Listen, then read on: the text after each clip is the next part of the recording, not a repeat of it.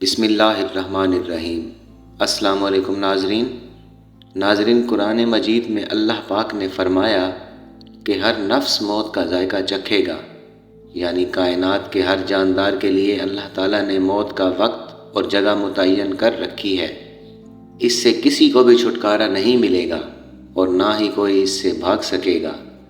اس لیے ایک دن شیطان یعنی ابلیس کو بھی موت آئے گی، لیکن وہ دن کون سا ہوگا؟ کون ابلیس کو موت دے گا؟ کیا شیطان کو نزع کے عالم میں تکلیف ہوگی؟ اور شیطان کی قبر کہاں بنائی جائے گی؟ شیطان کتنے عرصہ تک موت کی نیند سوئے رہے گا؟ ناظرین، آج کی اس ویڈیو میں ہم ان تمام سوالات کے جوابات قرآن و حدیث کی روشنی میں آپ تک پہنچانے کی کوشش کریں گے۔ ناظرین، جب شیطان مردود کو اللہ تعالیٰ نے جنت سے نکال دیا تو اس نے اللہ تعالیٰ سے قیامت تک کے لیے مہلت مانگی کہ قیامت سے پہلے تک مجھے موت نہ آئے، لیکن اللہ پاک نے اسے مقررہ وقت تک یعنی ایک خاص وقت تک مہلت دی، جسے قرآن مجید میں یوں بیان فرمایا گیا ہے۔ اس نے کہا، اے پروردگار، لوگوں کے زندہ کیے جانے تک مجھے مہلت دے۔ فرمایا، تجھے مہلت دی جاتی ہے وقت معلوم تک کے لیے۔ مفسرین کے مطابق وقت معلوم وہ وقت ہوگا جب حضرت اسرافیل علیہ السلام پہلی دفعہ سور پھونکیں گے۔ ناظرین، اسلامی کتب میں آتا ہے کہ قیامت کی نشانیاں جب پوری ہوں گی تو مومنین کی بغلوں کے نیچے سے ایک خوشبودار ہوا گزرے گی، جس سے تمام ایمان والے وفات پا جائیں گے، اور پھر اس کے بعد 40 سال کا زمانہ گزرے گا کہ جس میں کوئی بچہ پیدا نہ ہوگا، یعنی ہر انسان کی عمر کم سے کم 40 سال ہوگی۔ کیونکہ سب مسلمان مر چکے ہوں گے، اس لیے زمین پر کفار اور مشرک رہ جائیں گے۔ اسلام کی معروف کتاب تفسیر در منشور میں صفحہ نمبر 70 پر لکھا ہے کہ جب مومنین کی وفات کو 40 سال گزر چکے ہوں گے تو پھر حضرت اسرافیل علیہ السلام پہلی دفعہ سور پھونکیں گے، جسے نفخہ اولیٰ بھی کہتے ہیں۔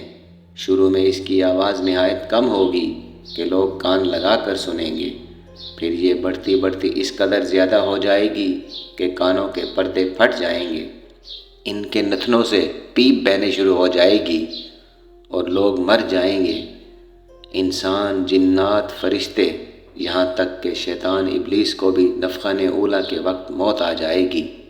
اس کے ٹھیک 40 سال بعد حضرت اسرافیل علیہ السلام دوسرا سور پھونکیں گے تو پھر تمام مردے زندہ ہو جائیں گے اور قیامت قائم ہوگی اور میزان لگے گا، یعنی نفخہ اولیٰ کے وقت ابلیس کو موت آئے گی۔ نفخہ اولیٰ اور نفخہ ثانیہ کے مابین 40 سال کا عرصہ ہوگا، اور یہ کہ ابلیس 40 سال تک مردہ رہے گا۔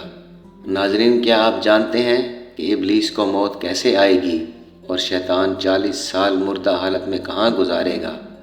اس سلسلے میں حضرت کعب بن عبا رضی اللہ تعالی عنہ کی ایک مشہور روایت ہے۔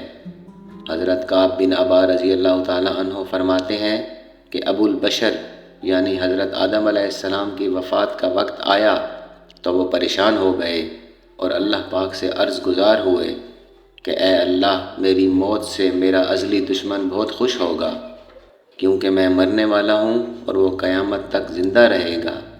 اسی وقت ملک الموت حضرت عزرائیل علیہ السلام حضرت آدم علیہ السلام کی خدمت میں حاضر ہوئے اور فرمایا کہ اے ابو الآدم، آپ وفات کے بعد جنت میں رہیں گے، جبکہ ابلیس قیامت تک دنیا میں رہے گا، اور پھر قیامت سے 40 سال پہلے اس کو ایسی موت آئے گی کہ وہ پوری دنیا کے انسانوں جتنی موت کی تکلیف برداشت کرے گا، اور پھر جہنم میں اس کا واحد ٹھکانہ ہوگا۔ حضرت کعب رضی اللہ تعالی عنہ مزید فرماتے ہیں کہ حضرت آدم علیہ السلام ملک الموت سے فرمانے لگے کہ مجھے ابلیس کی موت کا منظر بیان کرو، تو ملک الموت نے ابلیس کی موت کا حال بیان کرنا شروع کیا تو وہ اتنی دردناک موت تھی کہ حضرت آدم علیہ السلام اپنے آنسوؤں پر قابو نہ رکھ سکے۔ لوگ حضرت کعب رضی اللہ تعالی عنہ سے کہنے لگے کہ ہمیں بھی ابلیس کی موت کا کچھ حال بیان فرمائیں۔ لوگوں کی بے جا فرمائشوں پر حضرت کعب رضی اللہ تعالی عنہ ابلیس کی موت کا منظر کچھ یوں بیان کرتے ہیں کہ اللہ تعالیٰ ملک الموت سے فرمائیں گے کہ میرے غیظ و غضب اور غصے کا لباس پہن کر جاؤ اور ابلیس کی روح قبض کرو۔ اور ابلیس سے تمام انسانوں اور جنوں سے زیادہ سختی کرو۔ جب ملک الموت غضب اور غصے سے بھر کر بہت سے فرشتوں کے ساتھ ابلیس کی روح قبض کرنے آئیں گے تو جو بھی آسمان اور زمین میں سے ان کو دیکھ لے گا وہ فوراً ہی مر جائے گا۔ جب ملک الموت ابلیس کے پاس پہنچیں گے تو وہ دھاڑے مار مار کر روئے گا۔ پھر شیطان کو موت کی تکلیف دی جائے گی جو ساری مخلوق کی موت کی تکلیف سے زیادہ ہوگی۔ ناظرین، اس کے بعد ابلیس گھبرا کر مشرق کی جانب بھاگے گا تو کبھی مغرب کی جانب، لیکن ہر جانب اپنے سامنے ملک الموت کو پائے گا۔ سمندر میں چھپنے جائے گا لیکن سمندر اسے جگہ نہیں دے گا۔ شیطان آسمان کی طرف بھاگے گا تو وہاں مقرر فرشتے اس کو آگ کے کوڑے ماریں گے، جس کے بعد شیطان حضرت آدم علیہ السلام کی قبر پر جائے گا اور حضرت آدم علیہ السلام کی قبر کے پاس کھڑا ہو کر کہے گا کہ اے آدم، تمہاری وجہ سے میں ملعون و مردود بنا، کاش کہ تم پیدا ہی نہ ہوتے۔ پھر ملک الموت سے کہے گا کہ کتنی سختی اور تکلیف کے ساتھ میری جان نکالو گے؟ تو ملک الموت فرمائیں گے کہ جتنے لوگ جہنم میں ہیں ان سب کی موت سے کہیں زیادہ تکلیف اور سختی کے ساتھ۔ یہ سن کر ابلیس تڑپنے لگے گا اور چیختا چلاتا ادھر ادھر بھاگے گا اور اسی جگہ پہنچ جائے گا جہاں سے اس نے جنت سے نکلنے کے بعد پہلا قدم رکھا تھا۔ ناظرین، وہ جگہ آگ کے انگارے کی طرح سرخ ہوگی، زمین چنگاری کی طرح ہو جائے گی۔ یہاں زبانیہ نامی فرشتوں کی جماعت شیطان کو گھیر لے گی اور یہ فرشتے شیطان کو زنبوروں اور آروں سے چیریں گے، اور جب تک اللہ پاک چاہے گا اس وقت تک ابلیس حالت نزع اور موت کے غصے کا شکار رہے گا، اور وہاں جہنم کی سنڈاسیاں لگی ہوں گی۔ ان سنڈاسیوں سے تڑپا تڑپا کر جان نکالی جائے گی۔ آدم علیہ السلام اور حضرت حوا علیہ السلام سے کہا جائے گا کہ ذرا اپنے دشمن کو تو دیکھو کس طرح ذلت کے ساتھ مر رہا ہے۔ وہ دیکھ کر کہیں گے کہ یا اللہ، تو نے ہم پر اپنی نعمت مکمل فرما دی۔ انہی جہنمی گڑھوں میں ابلیس 40 سال تک مردہ رہے گا اور یہی اس کی قبر ہوگی۔ پھر 40 سال بعد دوبارہ حضرت اسرافیل علیہ السلام سور پھونکیں گے تو تمام مردے زندہ ہو جائیں گے اور حساب و کتاب کا عمل شروع ہو جائے گا۔ ناظرین، بے شک اس دنیا کی ہر شے فنا ہونے والی ہے، اور اگر کسی کو دوام ہے تو وہ صرف اور صرف اللہ پاک کی ذات بابرکت ہی ہے۔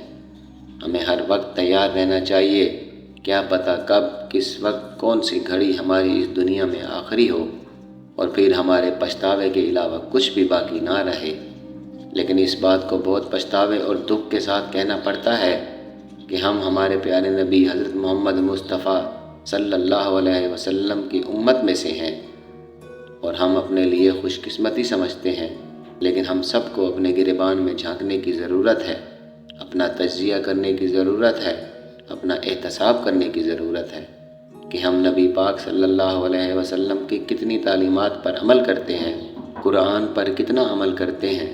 رات کو سونے سے پہلے تھوڑی دیر کے لیے اپنا احتساب کر لیا کیجئے کہ آج صبح سے لے کر شام تک میں نے اللہ تعالیٰ کی کتنی نافرمانیاں کی ہیں اور کتنی فرما برداری کی ہے، اور اس بات کا عہد کر لیا کریں کہ جو آج کے دن مجھ سے کوتاہیاں ہوئی ہیں وہ کل سے نہیں ہوں گی۔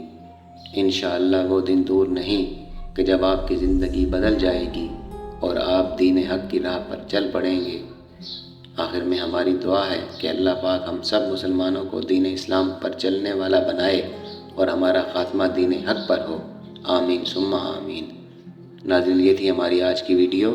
امید کرتے ہیں کہ ہماری ویڈیو آپ کو پسند آئی ہوگی۔ انشاءاللہ بہت جلد آپ کی خدمت میں ایک نئی ویڈیو کے ساتھ حاضر ہوں گے۔ تب تک کے لیے اجازت دیجیے۔ اللہ حافظ۔